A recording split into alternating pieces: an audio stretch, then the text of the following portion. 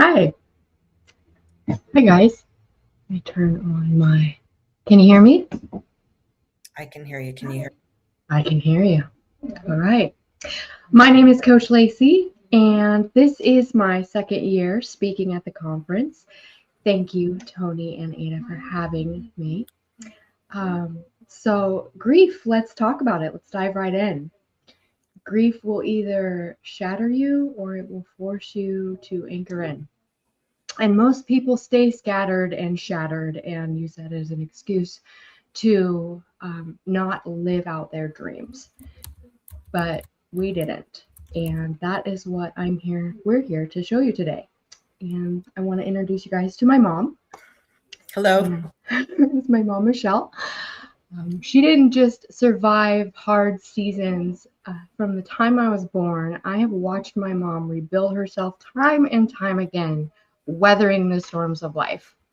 And this is where I learned something that a lot of people miss, that you do not wait for the storm to pass. You just drive right through that. And we don't have to wait to feel better to rebuild our lives. We rebuild our lives as we survive. And then we recognize the beauty of love and loss and the passage of time and our impact on the world around us. Because the truth is, we're not here for us. We are here to make an impact on those around us and make a generational ripple effect. So today I want to talk about that and the generational ripple effect my mom has had on me so that I can pass that on to all of my clients and everybody I touch. So, Mom, let's talk about this. So, as most of us know that are watching this, we know what it feels like to lose direction and to feel scattered and not have any hope. After my brother died, I like parked. I parked and I quit moving. I was overwhelmed, and the grief and the exhaustion and the noise was too much for me. And so I stopped. I just couldn't keep on dreaming, I guess. And I was busy, but nothing was actually moving forward. And I had ideas everywhere and energy everywhere, but nothing was sticking and nothing anchored. And when you're not anchored, life just pulls you wherever it wants. But I had something that most people don't have. I had an example. I had my mom, and I watched someone who didn't just wait for the moment. She didn't wait for the storms to pass. She just kept showing up.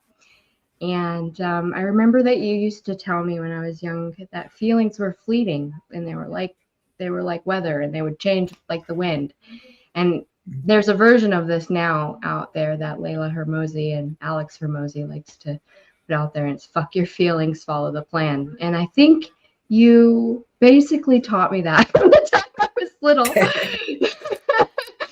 So that being said, I know you have feelings. I've seen them for sure. But what does it mean to you to fuck your feelings and follow the plan? Well, for me, I think you have to, with grief, um, it's you got to make a friend with it. As weird as that sounds, because it's constant. It never ends. It's like one thing, and it could be people, it could be situations, it could be your hopes, different things. You just have to get up and show up and do it. Do it in grief or afraid, as I would say. Routines were super important to me. Getting outside, getting some fresh air, some sunshine to reset if I was having a blue day or feeling sad or couldn't, get out of my funk, I would go outside. I would look around at nature, and that would really help ground me. Moving my body, getting exercise, eating good food, just being able to stabilize the surroundings around me, being able to just, like you said, anchor in with what was going on around me as far as just the good things. I would always try to see the good things, even if I was suffering. I could always see somebody else who had it worse than I did. So I would just keep, I don't know, I feel like I just kept going. I Yeah. don't know how. Well, I like know, most not people, really. no, well, people think that strength is more of a feeling, but it's It's not. not. It's No, structure. It's structure. It's a system. it's system, it's routine, it's getting up, it's doing things that I knew that would help, that I knew the outcome, that I knew that would keep me safe. As funny as it sounds, Oh, my internal environment, my home, keeping things clean, organized, updated was really key too, so that I didn't feel so chaotic. Because I always have felt we were from a bat crap crazy family, and so I was always we were always in the tidal wave of some sort, which is fine because lots of people are. That's part of life.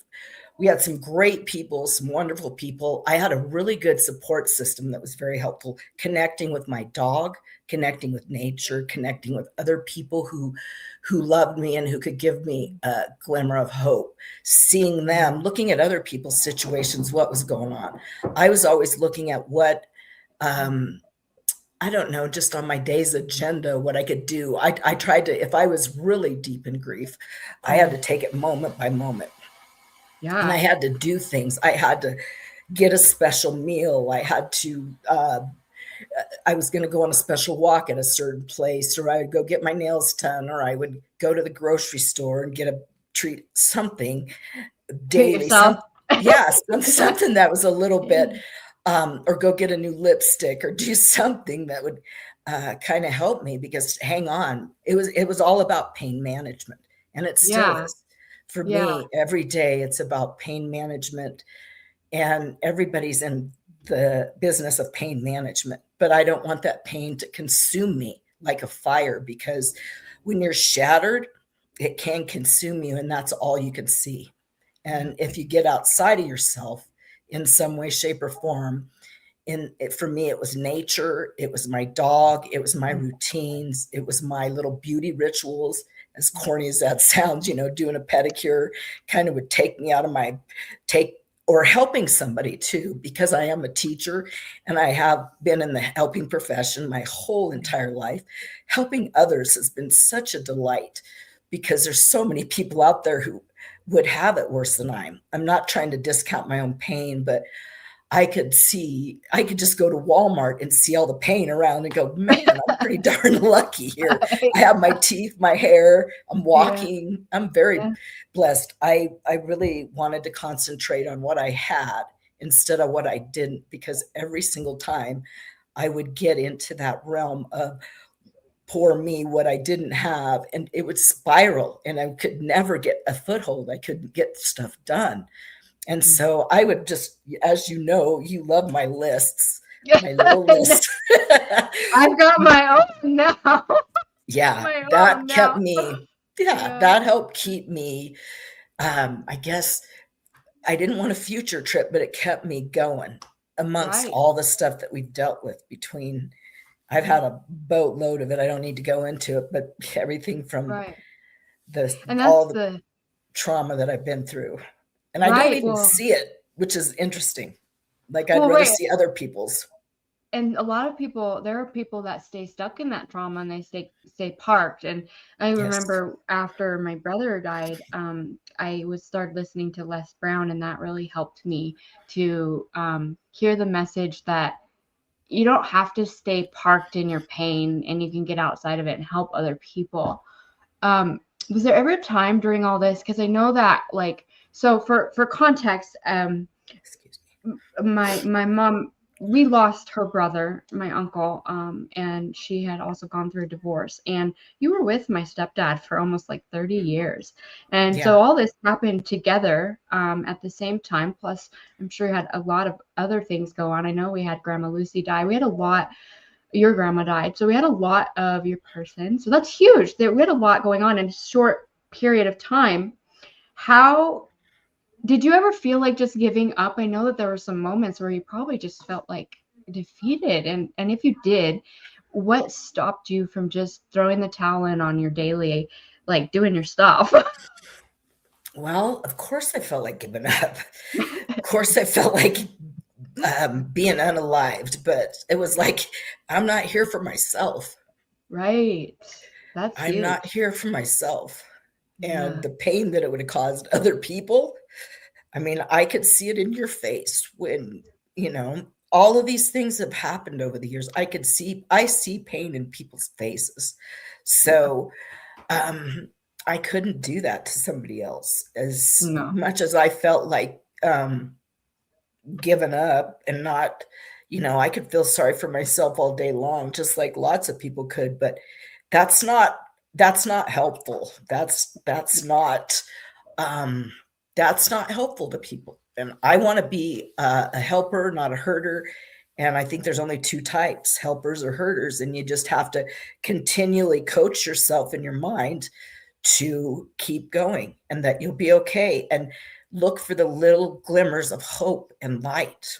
There's Yeah. lots of darkness, but there's lots of light and hope and lots of beautiful things in the world, from little flowers to the little children to the little pets to all kinds of things in the world are beautiful and need us. They need our presence is needed. And like I said, my life, I don't feel like my life is my own. I feel like I have a greater purpose. And it sounds funny, but when I help other people, it helps reduce my pain.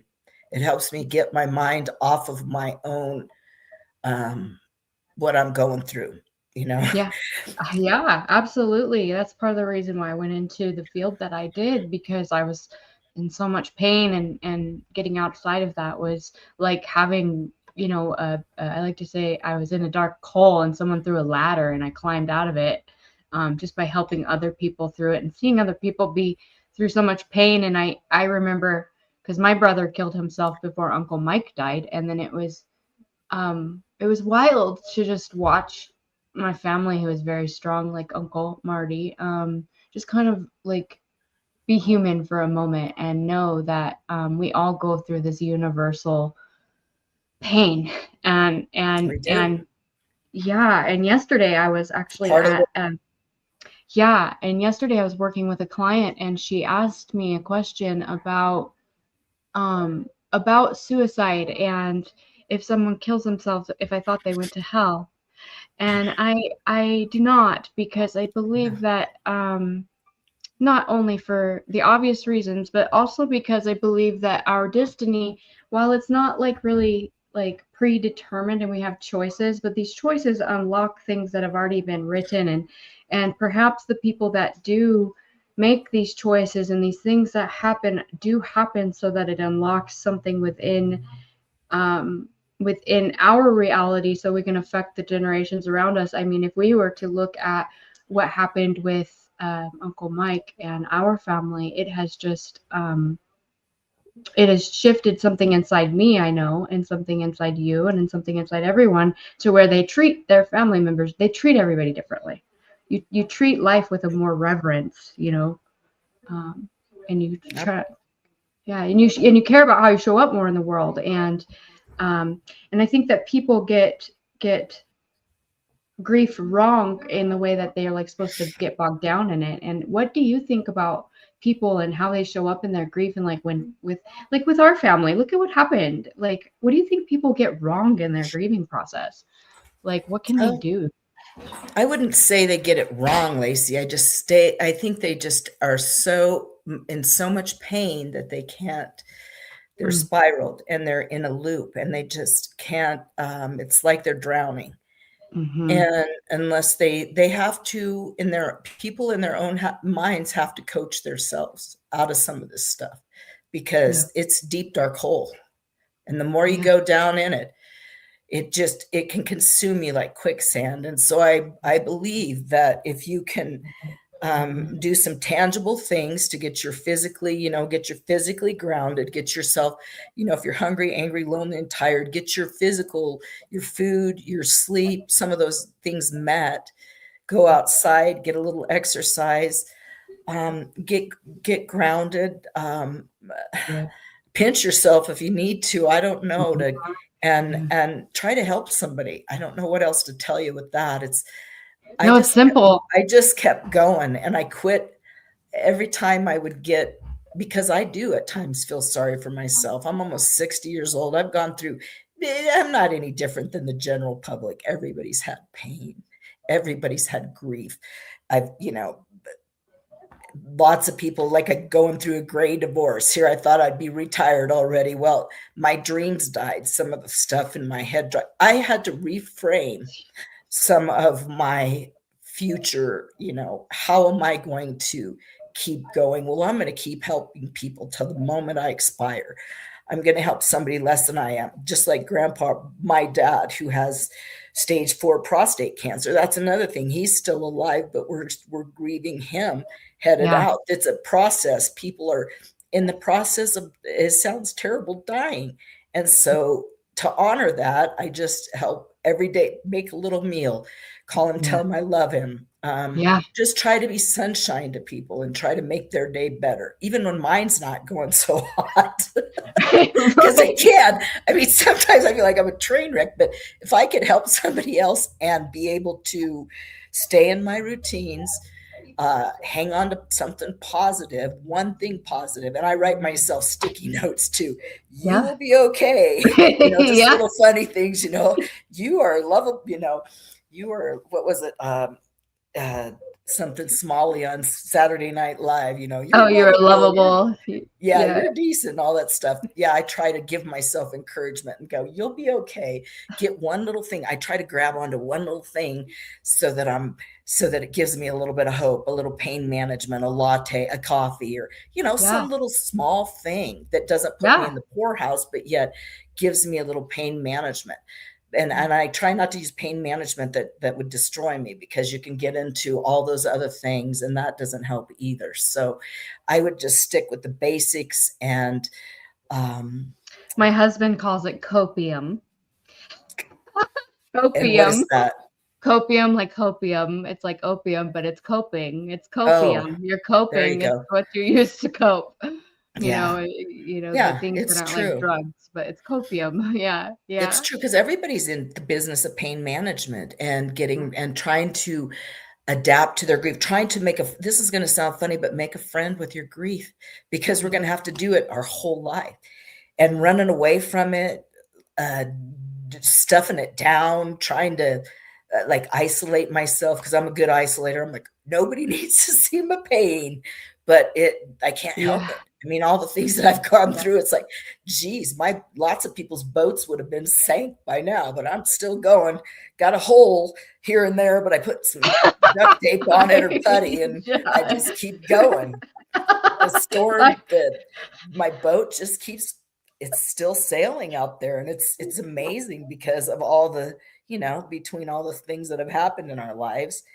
Yeah. But it's very common. It's a human condition, in my opinion.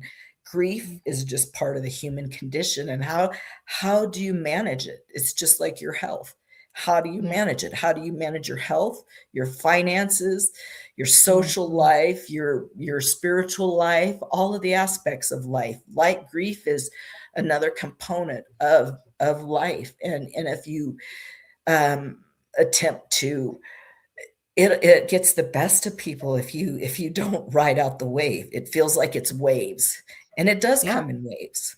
It really Yeah. does. And sometimes, even today, when we've been talking about doing this, and I'm like, oh my gosh, it kind of brought some stuff up in me. I'm like, oh, I better, I hope I don't cry. Hope I don't cry on video.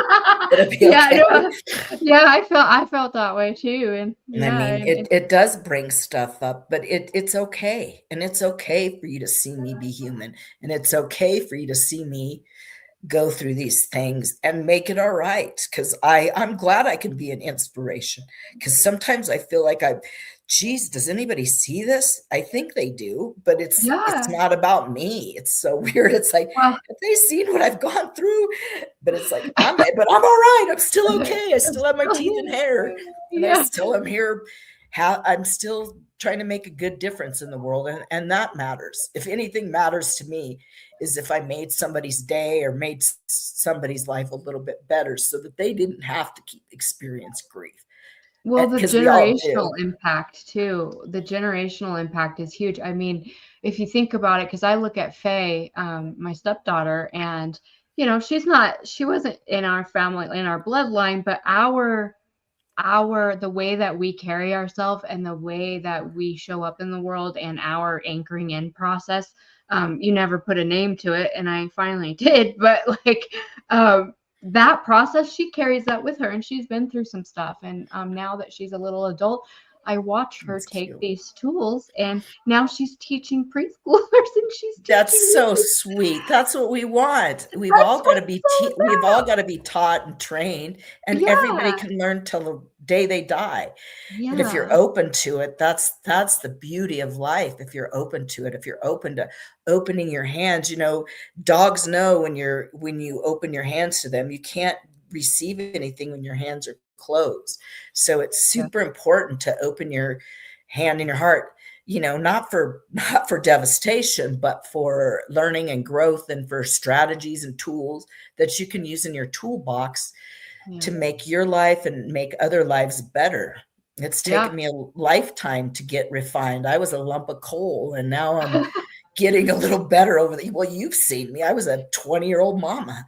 Yeah. I mean, we basically grew up together. So it's like, well, Yeah. and here I Yeah. am. Wow. And through all the storms of life, still standing and still happy. We still get along. I mean, our family could have better ties at times, but you know what? We still love each other, and everything's And we love Jesus, healing and we up. are all, Yep. we're all And we're all recovery, pretty and most of grounding. us, Yep. I think everyone's recovered. I mean, we don't have any more drug addicts in the family, so that's a good Well, that's just a good thing, people you who are know. just over masking their pain with Yeah. substance. I mean, it's just Yeah. about grief and Yeah. pain. Yeah. Pain Addiction's just an management. extreme example of pain management. So Yeah. I don't know. And everybody's got to get a hold of that and balance, and being able to sustain life for many years, being a young person to an older person that can, yeah, all of us have messages for each other. All of us Yeah. have wisdom and messages and hints of helpfulness to each other.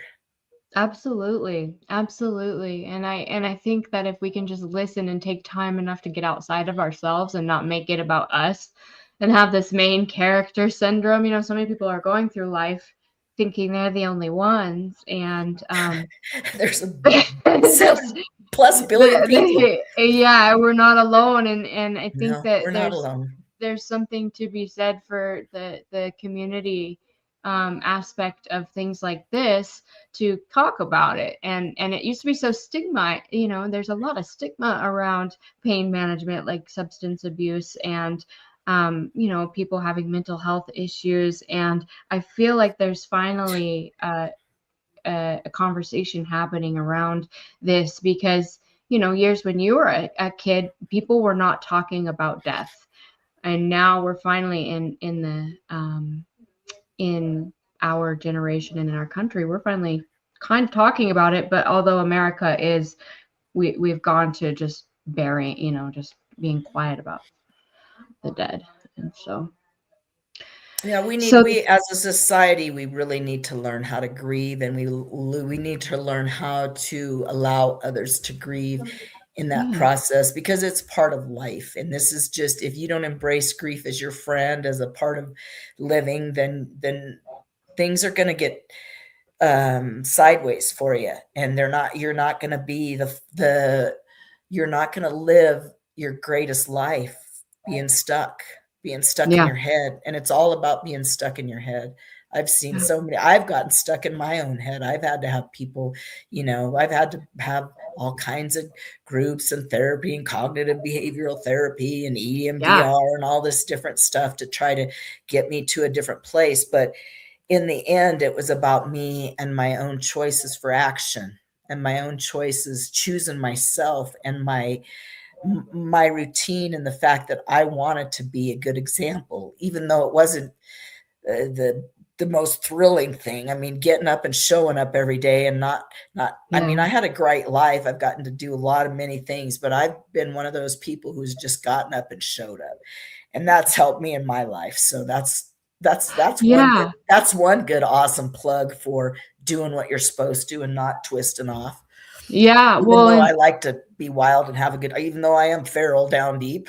Well, right, but like, I mean, you don't have to be feral all the time. You don't have to live in the feral land, you know. And it's hard because it's like, let's go back to you losing your dreams, like having to structure what a dream looks like for you. I'm really, as you know, I basically teach people to hold on to the glimmers and grow that dream throughout all the chaos. And it's like, how many dreams have you had, and how have you had to pivot that? Because losing your spouse of like Almost to 30 get years we were together. And I 30, mean, my whole yeah. life, yeah, turned upside down by a cheating husband was nothing like shattered. Well, I chose myself. I'm like, you know what? I'm not giving up. I'm going to keep going. I have what it takes. I'll be okay. You know what I kept telling myself? I'll be okay. And that was a damn lie at first because I wasn't okay. Did your dreams were you like, what do like, I don't even want to be a teacher, like what do you like, what I just, yeah, I knew that was my gift teaching because I've been teaching for over 30 years, different capacities. Um, because of being married, my dreams weren't, I didn't have, I was more on easier street. So when I did get a divorce, that did jar me into reality. Like, oh my mm, gosh, this is your life. This is your yeah. quality of life. You have no one to blame, shame, game, or any of that stuff. uh, You're responsible. yeah. And how you live, how you structure your time, how you live your only life that you have. Mm, Heck, I'm almost 60. I have the window of time. Here was my window of time. It's gone down. So that time that's gone down is very valuable to me. And so I don't know. I guess I had to date younger men. Woo! At first, oh my god. learned good lessons, and then I guess look into some of those retirement communities like the villages. That kind of gave me some hope for like Looking college backwards, town, looking forwards. looking Where backwards, do I looking go? forward. Yeah, yeah. So So getting excited about potentially retiring someday, which is weird as that sounds. I don't think of myself as retirement age, but here I am. Wake up one day and next thing you know, but yes, that's kind of gave me some hope. And some grandkids, having family events, having things, just being able to be there for other people in a capacity that I haven't been since I've been working so long and so hard. If I could retire, it would be nice to, not yeah, just be totally self-consumed, but be helping other people in a way that was, but having fun too. In the yeah. college, kind of like a retired fun and not like an old granny sitting in a rocking chair waiting to die. That sounds Right. terrible, but really, Right. I Well, mean, and really. like as far as careers go, like do you think that a dream is tied to a career, or do you think it's tied to a lifestyle, or what's a dream mean to you? It's tied to many different things, in my opinion, depending on what that dream is, because I've Mm, always wanted to. I have my 3 books written. I haven't published them yet. All these different things. I mean, mm, you've seen me pivot. yeah. I've had lots of dreams. And then when I was married for, in the married years, I wasn't dreaming as much. But when I got a Mm, divorce, oh my gosh, it really got me. It jarred me back into what is my quality of life going to be. I was kind of on autopilot for several years, which mm, there's nothing wrong with that. However, I was not in the dreaming capacity. I was grinding and working. That's what I was yeah. doing. But when I did go through my divorce, it did. This is your life. You only have so Mhm, much left. If you mhm, don't utilize every second of it, it's your own fault. And you can't be whining about the quality of stuff when you created it. So I had better get myself moving on and helping people. That was one thing. It was like, okay, I got to get back into directly helping like high school students because I was at the college at UW Extension for almost 10 years. And so, but getting back into direct service of, teaching financial literacy and marketing to kids, it's been great. I've had a lot of fun, even though I'm that's like, good skills. yeah, even That's though good. I'm tired, even though teaching will wear you down, but but helping other kids and seeing the light in their eyes. And they're so excited about life, seeing other people who are excited about life and about doing something does something for you. It does something for your heart. So I like that. I like to see people, and like Faye doing her cute little first new job. That's so sweet. I love that, working with little kids, being nice to little kids. What a better place to teaching be them than to tie this. their shoes. That's, what hey, she was you know doing what? yesterday. That's great. what's the sweetest thing. Everybody needs to learn how to tie their shoes. And if Miss Faye can help them and teach them with the little rabbit ears, they'll remember it a lifetime. So I remember. So sweet. I So know, it's sweet. great. And then those are like the Yeah. glimmers. Those are the glimmers. I always think of glimmers like that movie, Never Ending Story, where the princess at the end, she has the little tiny kingdom left of the nothing, and the nothing. That's how it feels when you're in grief. It's like the nothing is coming, and you're just holding on to that little tiny glimmer. And if anybody's out there watching us today that What is used to be. suffering, yeah, what used to What be. used to be is so hard to get over. I know. But cherish those memories. What I used to have, what I used to look like. Yeah, or the people, the people you'll never see again. I often think about grandma and just my mom, calling my her. grandma, my brother, all my friends. I had 10 students commit suicide. All these people that I knew in the world that is were such in such pain, and it's that you so can't. When you're young. Yeah. When you're that young. Yeah, when you're that young. But you know what? They don't have other people to have around them yes, we have all this stuff, social media and everything, but they need real encouragement. They need a touch. They need. It's a momentary lapse of reason is what I believe. It really is. And people they're in so much pain. They can't help themselves. They really can't. And some of them can, some of them can't, but it's not for me to judge. No, we can just be there for them and show them the glimmers and show them how to hold on. So that's, holding on and anchoring in. That's the process. And I love that. And I want to thank you, Mom, for holding that example for me, because I grew up watching that. Yeah. And it wasn't perfection, and it wasn't easy, and we had our troubles, and I was a wild teenager. It was wild, but I made it. With, for sure. But you did. And I knew you would, because I knew that you had, I knew that you would come around. I just didn't know how long it would take. But I saw that you were your own, that everybody has to learn how to have their self-talk, heal, live through life, do all these things. And it takes it's a balance. It's about balance. It is. And remembering those things that, those little points, the feelings are fleeting. They change like the wind. Like that stuck with me throughout every moment in my life. Like really, because I was just an emotional teenager, and I remember you were a little emotional person, and here I was I felt like I was like a Tin Man with, without a heart. I mean, of course I have a heart and a mind, a soul, but I felt like I was soldiering on, like I had to keep going, and like I couldn't afford to be weak. And I was like, and in my mind, as weird as that sounds, breaking down and being your own worst enemy, in my mind, was weak.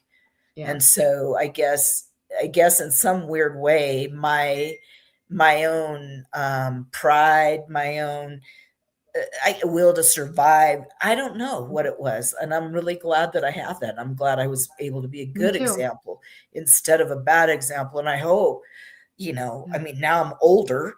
It's like, gosh, dang, how did I survive all that? But I just kept going every day.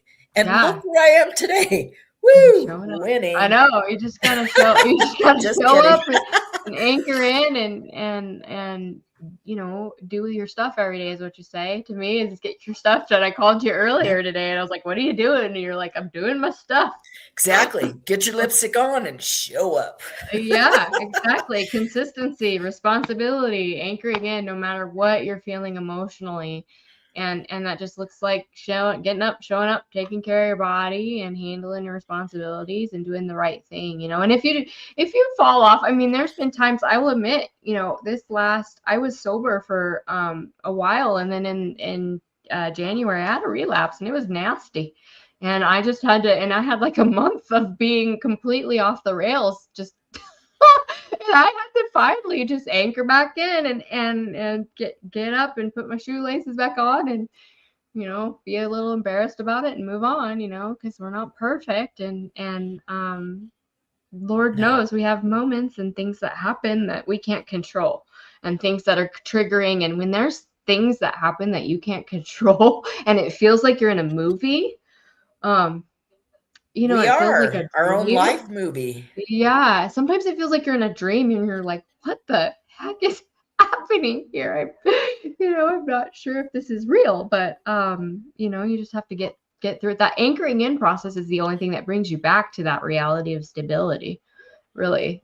I mean, Yes. My routine, the stuff that I always relied on, keeping my little, getting up, making my bed, doing these little things that were I felt like sometimes I feel like I'm a robot, but it's like, you know yeah, what, the robot, the part of my routine, habits, scheduling, that helped yep, me get through all that stuff. Pretty soon the day was over, and and the year was over, and it was like, oh gosh, I did make it through all these tragedies, all these painful, very, very painful things of life that just can consume you.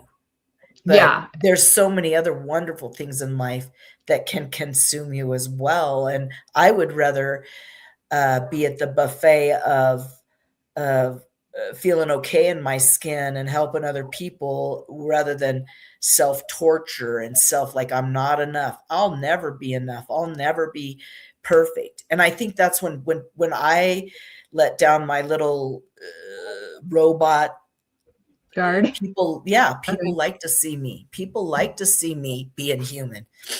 I Yeah. don't, Well, per it's the se, but they like to it's the see me. duality. It's the duality. And I think the thing that, like, I took a lot of that with me, and in my grief and this process of anchoring in, but also this process of the spark. I think for me, I focus so much on that light and growing that light, that, like, I see this passage of time to where we all have this gift and this thing we need to give off to people, like this teachings we need to give to people. So it's of utmost importance that we grow that, we grow that fire. And I think that having that process of anchoring in is what gives us the stability to tend to it, like you're camping in the woods, right?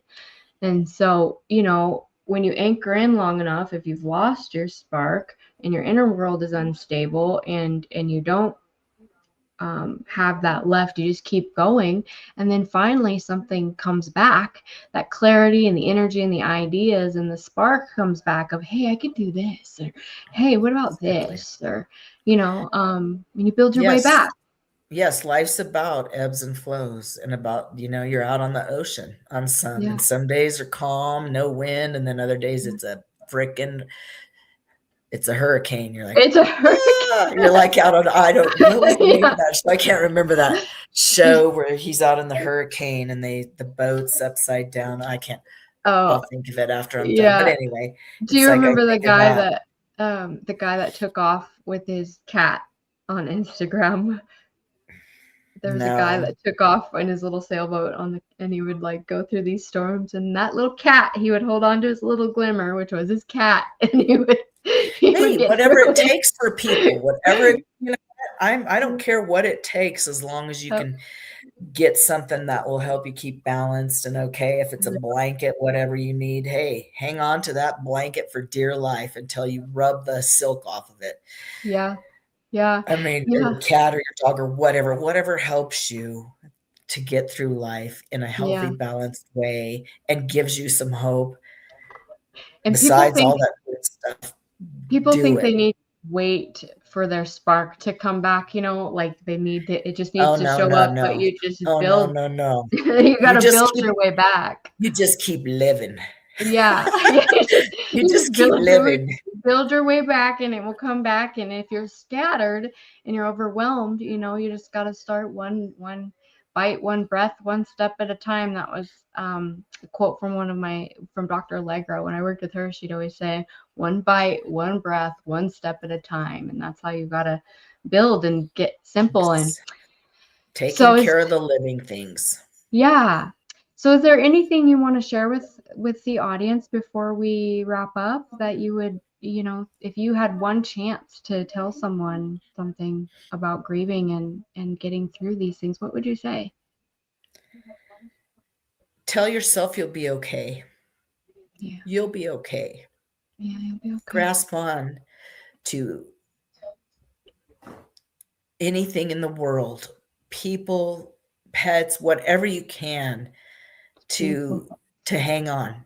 The Grasp spark. on to it. Yes, grasp on. There's people out there, there's all kinds of people like myself. There's all kinds of there's all there's a way. There's a way. Yeah. Just get up and show up and take care of your physical stuff, and there's a way, and it'll be okay. I'd like to say that it'll be okay. Yeah. Yeah. No matter what you have going on. Um, So if you're overwhelmed and you don't know where to start, I actually have a workbook. It's called The Spark Within. You can find it at my website, morningmoondigital.com. It's free. You can download it, and it gets you focused on anchoring in and figuring out what it is that lights you up, because we all have gifts and we all have um, dreams and hopes, even if they're not present in that moment. Sometimes it takes a process of journaling it out and then speaking about it to someone else and really making it real and creating a system. And if you don't know, like, well, where do I start, like, anchoring in? What are you eating every day?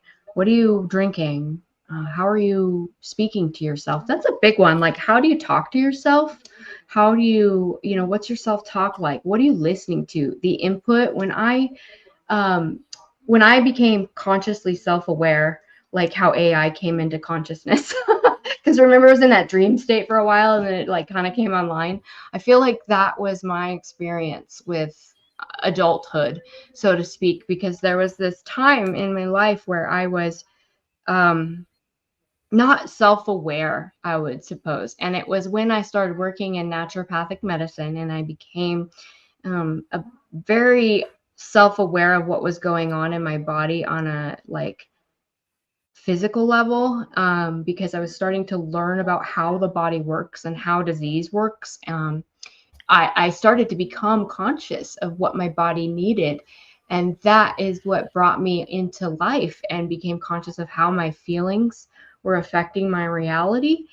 And so I would finally come to the realization that these little things of anchoring in the water, the movement, the eating whole foods, that was how I could work my way into living my dreams and being healthy. And it was such a simple, weird process that, like, you wouldn't think, okay, like, it's simple and eating and drinking healthy, that doesn't, like, how is that going to help me?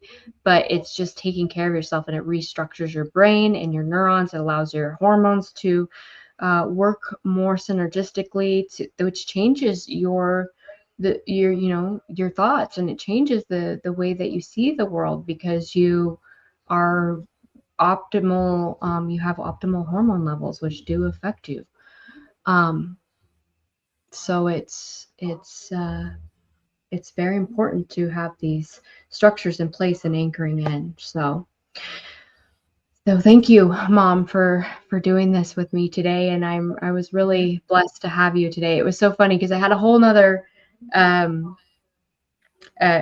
speech prepared. I was going to do a slideshow and all this stuff to play off of last year, but I wanted to demonstrate where I got the anchor in process from for those of you who watch me and watch my YouTube and my social media and have seen me last year here at the grief conference, you know that I hammer in on the wellness foundations and anchoring in and building that structure so that you can have a strong foundation to withstand the storms of life.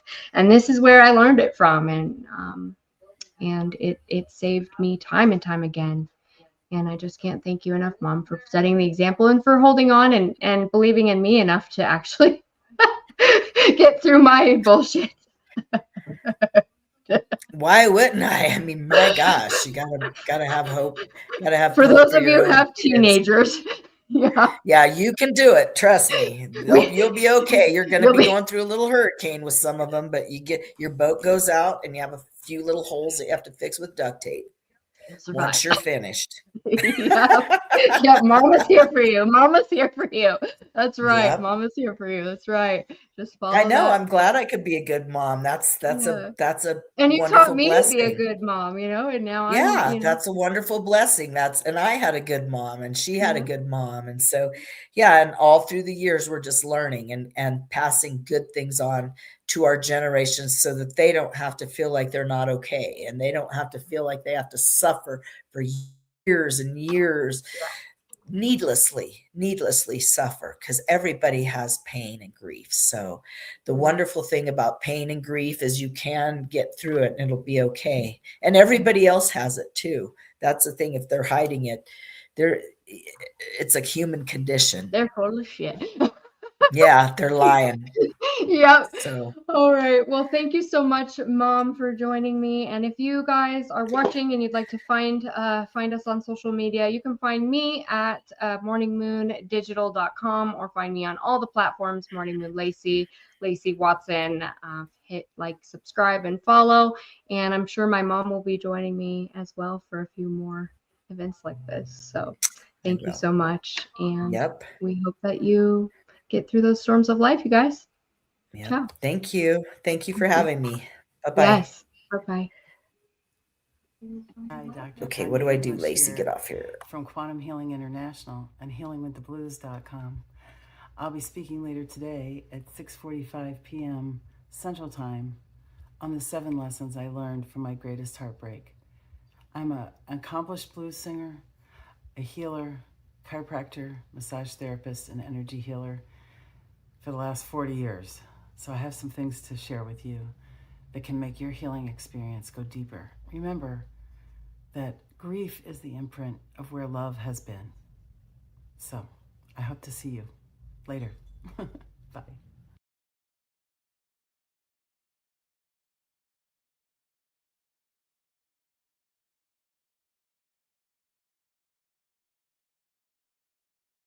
Question. Have you been, but it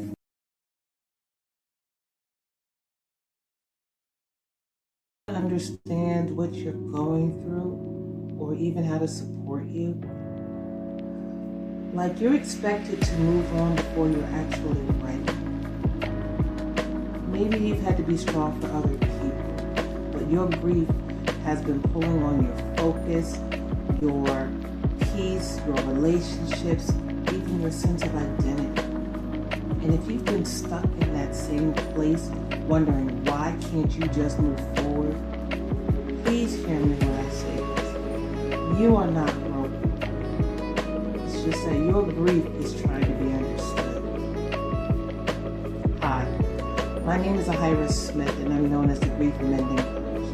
And I help people navigate through the journey of grief and loss, getting them back to living in the present moment, so that way they are able to be in a healing state. My focus is to help re-educate the mind and the heart on the miseducation of loss, so that you can stop fighting your grief and start mending the bonds that has strained in your life. I would love to sit down and have a conversation with you and help you get closer to that healing area. Please visit my website, www.fromgrief2life.com. That's www.fromgrief2life.com. this is a place that is safe, it's supportive, it's organic, it's intentional, and it's presently waiting for you to come in. I look forward to speaking with you soon. Take it and have a wonderful day.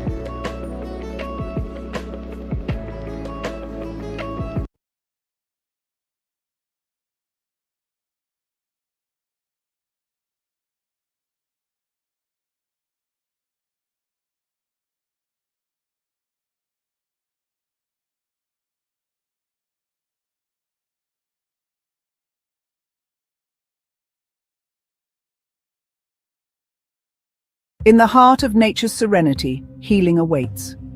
Welcome to the launch of Serenity After the Storm, a holistic guide for grieving women. Imagine a light blue book resting on the edge of a waterfall, a symbol of tranquility and hope. This book gently guides you through the turbulent waters of loss, offering holistic approaches to healing. With every page, you'll discover the power of nature, mindfulness, and self-compassion. Our journey is about finding solace in serene landscapes, reconnecting with ourselves, and embracing the gentle flow of life. Whether you're grieving or supporting someone who is, Serenity After the Storm provides a comforting embrace, reminding you that it's okay to feel, to breathe, and to heal. Join us on this path of self-discovery and holistic well-being. Together, let's turn the pages towards hope and peace. Grab your copy today and let the healing begin.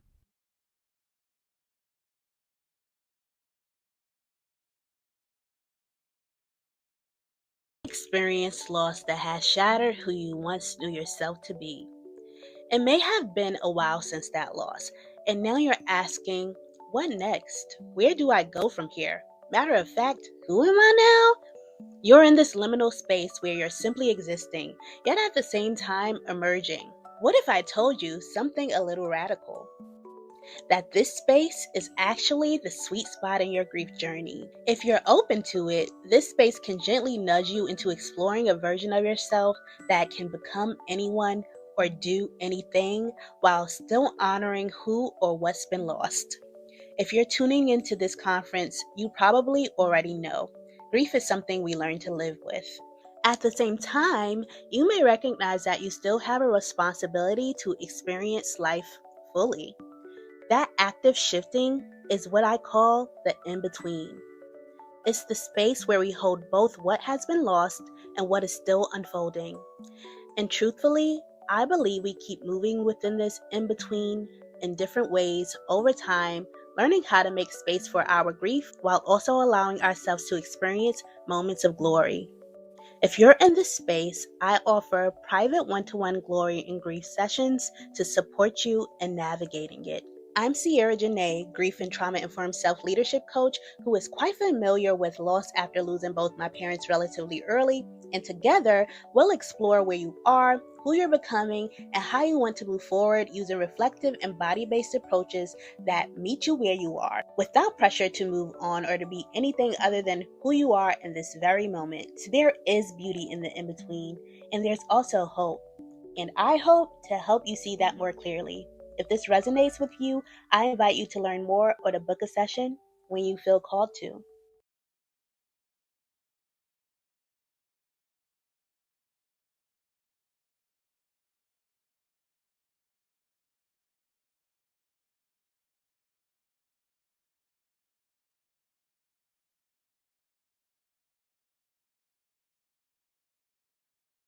The hidden cost of unacknowledged grief in American workplaces alone is over $125 billion annually. And yet we're not talking about it. I'm Suzanne Jabor. I'm a grief educator and coach, and I can help you find that costly hidden grief in your business. Because if you have people, you have grief. Your employees, your customers, your contractors, your suppliers, they are all bringing grief. And if you know how to acknowledge it, if you know how to support them, it puts you ahead of the competition. Being able to support that unacknowledged grief that's costing everyone else will build for you retention, loyalty, and it boosts engagement and productivity along the way. If any of that sounds good, Use the QR code, book a time with me, get some additional resources. Let's talk.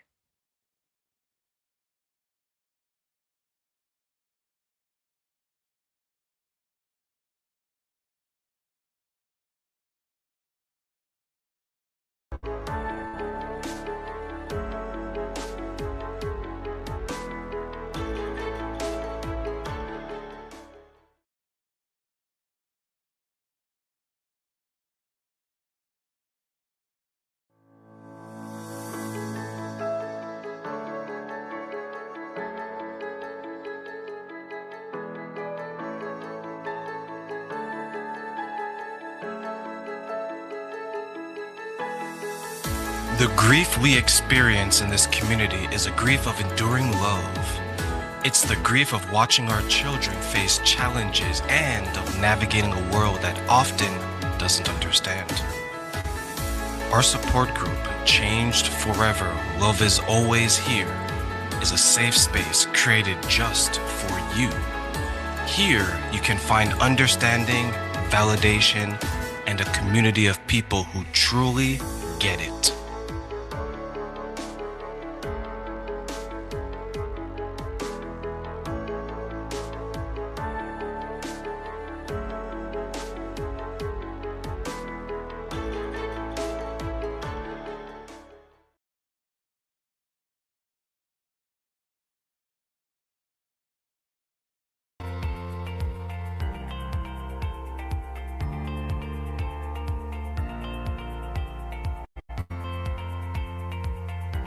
Hello everyone, my name is Terrain and I am a grief identity relationship coach. Join me as I help you to find the wind in your sails and the sunshine in your day. Together we can make a difference.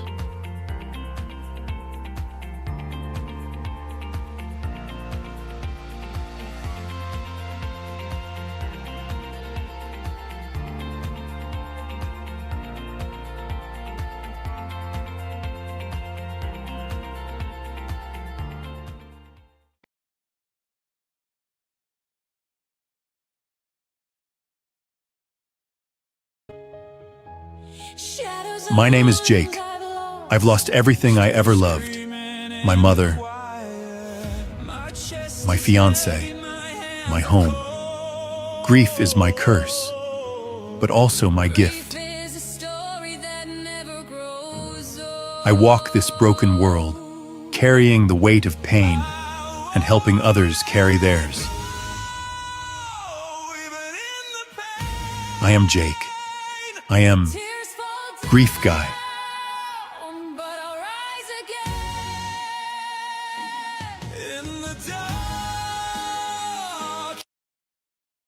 The Adventures of Grief, Guy, Chapter 2, Blood, Milk, and Ghosts. Jake barely slept. He sat in a wooden chair with a broken leg, wedged in the corner of the kitchen where he could see the front door and the hallway. Old instincts. Military, maybe. Or prison. Or both. The apartment was heavy with ghosts. Not the kind that rattle chains or slam doors. The quiet ones. The kind that whisper to little girls in their sleep. The kind that live in bruises nobody asks about. Maya slept curled on the couch, wrapped in a blanket Jake had found in a box marked XMAS. She'd eaten 2 bowls of cereal and cried until her face went numb. Now, she looked like a kid again, small, fragile, just trying to stay invisible in a world that liked to break things that don't fight back. Jake turned his attention to the father, passed out cold in the bedroom, door wide open, belt still lying on the floor like a coiled thread. Jake had stood there a while, just watching, making sure, memorizing the shape of the man's breath, the way the whiskey bottle rested in his hand like a weapon or a lover. There were 2 bottles on the nightstand, one full, one empty. Jake thought about taking them both and smashing them in the sink, but that would only make more noise, more mess, more danger for her. Instead, he made coffee, strong and bitter, drank it black from a chipped mug with number 1 Dad printed in faded red letters. The next morning, Maya woke up with swollen eyes and no questions. Jake offered her breakfast. She shook her head. "Can we go now?" she asked. Jake nodded. "Where?" "I don't know. Just not here." Jake slung his bag over his shoulder. "All right." They were almost out the door when the voice called from the hallway. "You take one fucking step with my daughter." Jake turned slowly. The man stood in his boxers, one eye bloodshot, knuckles white around the belt in his hand. Jake didn't flinch. He stepped between Maya and the man. "You touch her again," Jake said, voice cold and calm, "and I'll bury your name so deep nobody remembers you existed." The man hesitated. It wasn't fear exactly, more like recognition, as if for the first time he realized that Jake wasn't like the other men he used to scare. Jake was death that walked away from the grave. The man didn't speak again. They walked to a corner cafe, the kind with sticky tables, gospel music playing too loud through dusty speakers, and one waitress who knew everybody's business. Jake ordered 2 plates of eggs and toast. Maya picked at hers. Jake ate all of his in silence. "You do this often?" she asked finally. "Saving people." Jake shook his head. "I don't save anybody. I just show up." She narrowed her eyes. "You talk like a ghost." Jake sipped his coffee. "Maybe I am." He took her to a shelter. Women only. He knew the kind. High walls, old rules, locked doors, run by nuns who'd seen everything and still managed to pray. The head sister